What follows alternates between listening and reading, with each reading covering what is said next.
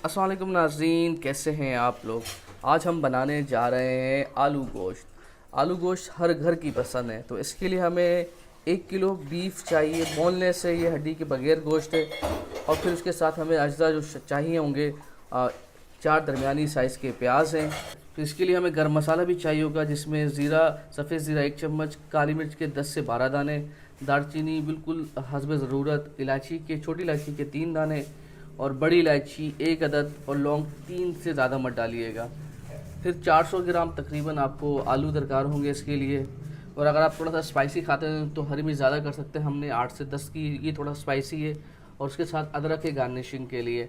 फिर आ जाए लहसुन है, इसमें 1 चम्मच इसमें लहसुन जाता है। और फिर मसालों की बात करें तो सिर्फ इसमें मसाले ज़्यादा नहीं डलते, बल्कि सिर्फ हल्दी 1 चम्मच, लाल मिर्च 1 चम्मच और नमक तो हस्ब ज़रूरत होता ही है। तो ज़रूरत हो तो आप कटर मिर्च भी इस्तेमाल कर सकते हैं। ये कश्मीरी कटर मिर्च है, ये 1 चम्मच डालनी है, बहुत तेज़ होती है। टमाटर 4 अदद दरमियानी साइज़ के, 1 प्याली दही होगा जो गोश्त गलाने के काम आएगा।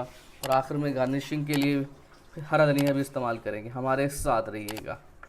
अच्छा, ये देख रहे हैं कि जो गरम मसाला था उसको हमने गरम तेल में डाल दिया, और उसके फ़ौरन ही बाद हमने प्याज भी शामिल कर दिए हैं। प्याज हम हल्के से ब्राउन करेंगे और आपने थोड़ी देर तक चम्मच हिलाना है, उसके बाद छोड़ देना है और तेज़ आंच पे इसको पकाना है आपने कुछ देर तक। अच्छा, ये देखें कि जो प्याज है हमारे ब्राउन हो चुके हैं हल्के हल्के से। अब इसमें हम गोश्त शामिल करने वाले हैं। ये देखें, गोश्त शामिल हो गया इसको।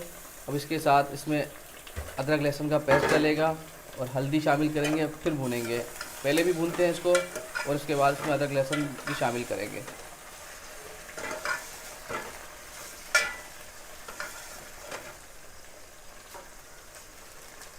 ये अदरक लहसुन का पेस्ट शामिल कर दिया हमने। और अब हल्दी 1 चम्मच जाएगी इसके अंदर। आपने इसको तेज़ आंच पे रखना है और इसको तेज़ आंच पे ही पकाना है, भूनना है मसाले को। चम्मच वक्फे वक्फे से हिलाते रहें ताकि नीचे से लगे ना। अच्छा, हमने अच्छे तरीके से इसको भून लिया। अब इसमें हम शामिल करने लगे हैं टमाटर। टमाटर के साथ भूनेंगे और उसको फिर छोड़ देंगे कुछ देर के लिए ताकि टमाटर गल जाए। इसके साथ ही हम लाल मिर्च भी शामिल कर ली हमने 1 चम्मच। और अब इसको फिर से भूनेंगे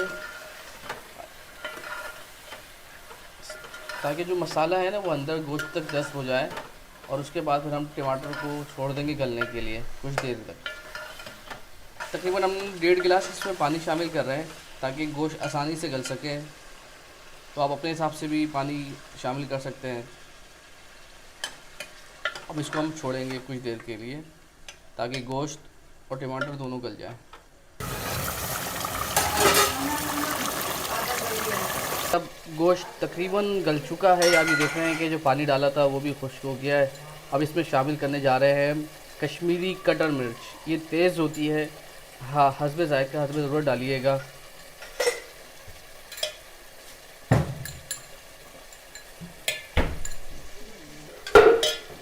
अच्छा जी, अब बारी आ गई आलू की। और आलू के बगैर तो आलू गोश्त तो ना बड़ा ही बेजायका हो जाता है ना। तो आलू हम शामिल कर दिए हैं।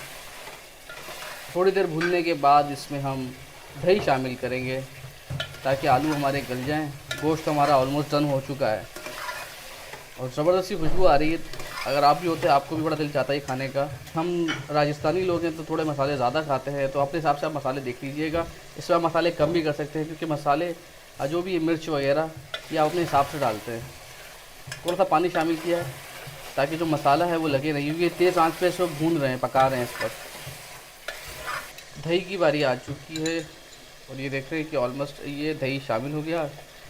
अब इसको हम हल्का सा भूनने के बाद धीमी आंच पे रख देंगे ताकि दही भी शामिल हो जाए और दही अपना पानी छोड़े और जो आलू वगैरह है, जो नई चीज़ें गली वो भी गल जाए इसमें। अच्छा, इसको अब इतना भूनना है कि हमने जो हमारा ऑयल है, तेल है, वो अलग हो जाए, यानी वाज़ेह तौर पे ऊपर आ जाए, नज़र आना शुरू हो जाए।